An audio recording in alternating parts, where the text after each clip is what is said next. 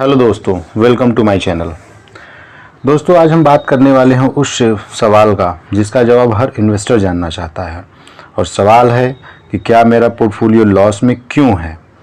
तो आज हम आपको बताते हैं कि पोर्टफोलियो में लॉस है तो क्यों है, और लॉस में पोर्टफोलियो हो तो उस समय पोर्टफोलियो के शेयर्स का करना क्या है, रखना है या बेचना है। बहुत ही सिंपल और आसान भाषा में आज हम ये बातें जानेंगे। दोस्तों, जब भी मैं किसी शेयर को ख़रीदता हूँ तो मैं अपनी सोच के बारे में बताऊंगा कि मैं क्या सोच समझकर उस कंपनी के शेयर को ले रहा हूँ।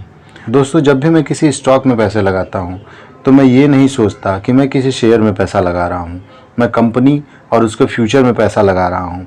यानी जितने का मैं शेयर ले रहा हूँ उस कंपनी में मेरी उतनी हिस्सेदारी है। कहने का मतलब है कि उतने हिस्से का मैं मालिक हूँ कंपनी का।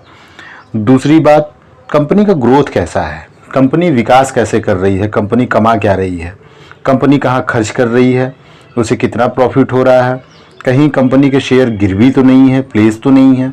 ऐसे ही कई बेसिक चीज़ें हैं जिसे हम आप आज समझेंगे, और मैं बहुत ही आसान और सिंपल भाषा में आपको समझाने की कोशिश करूंगा, बताने की कोशिश करूंगा, जिससे आपके मन का जो डर है पोर्टफोलियो को लेकर के वो बाहर निकल जाएगा।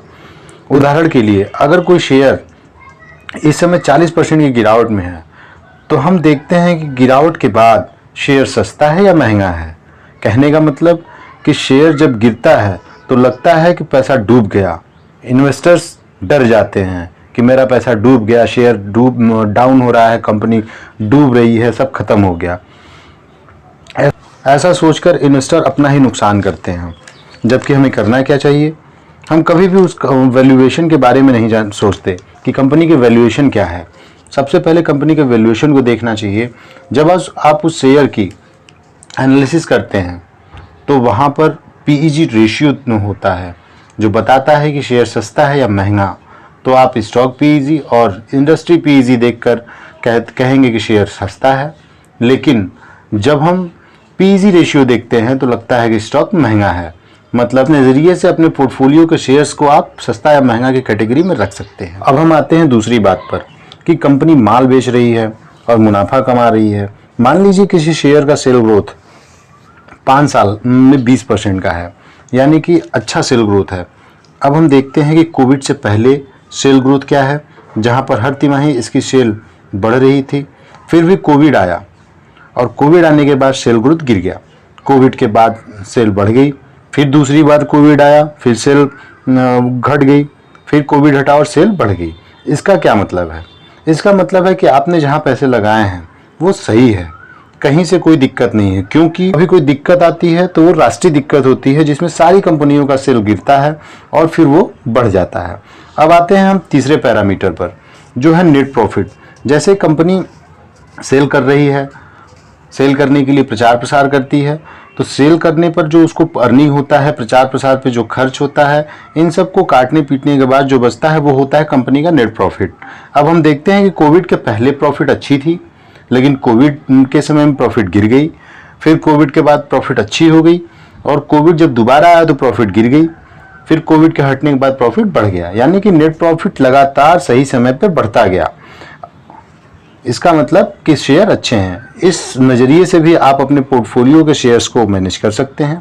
अब हम तीसरी कहानी पे आते हैं, जो अभी का है, जो तत्काल में चल रहा है। और अभी क्या है, चीज़ें महंगी हैं, इन्फ्लेशन दर बढ़ा हुआ है। जब अगर चीज़ें महंगी हैं तो कंपनी का प्रोडक्शन जो होता है उस पर भी प्रभाव पड़ेगा। क्यों? क्योंकि कंपनी को भी प्रोडक्ट बनाने के लिए मटेरियल की ज़रूरत होती है, रॉ मटेरियल की, कच्चे मटेरियल की ज़रूरत होती है। जब कच्चा सामान महंगा होगा तो प्रोडक्शन भी महंगी होगी। तो इस इन्फ्लेशन में मैन्युफैक्चरिंग महंगी हो गई। तो अब कंपनियां क्या करेंगी, या तो अपने प्रोडक्ट का दाम बढ़ाएंगी या फिर वो इंतज़ार करेंगी कि शायद ये कुछ समय में इन्फ्लेशन का दौर खत्म हो जाए।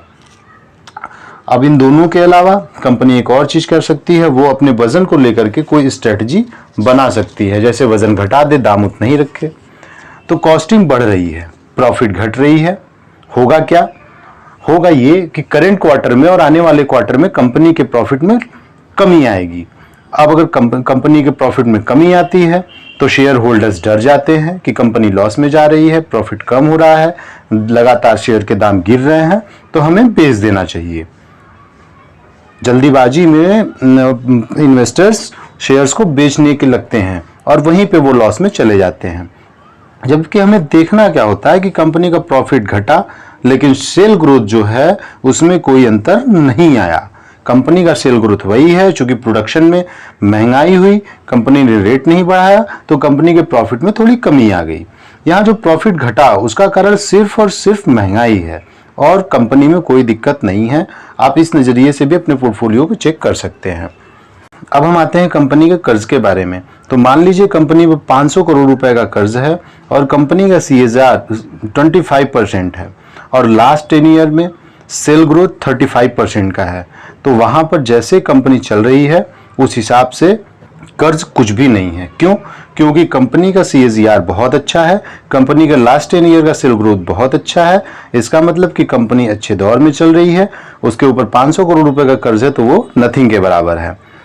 अब हम देखते हैं कि कंपनी का ग्रोथ के लिए कंपनी के शेयर गिरवी तो नहीं है, क्योंकि कभी कभी ऐसा होता है कि कंपनियां करती क्या है कि वो अपने ग्रोथ के लिए शेयर्स को गिरवी रख देते हैं ताकि उससे पैसा आए और उस पैसे को वो कंपनी में लगाएं और कंपनी आगे बढ़े। लेकिन यहाँ भी डर है कि पैसा लगाने के बाद कंपनी बढ़ेगा कि घटेगा ये कोई नहीं जानता।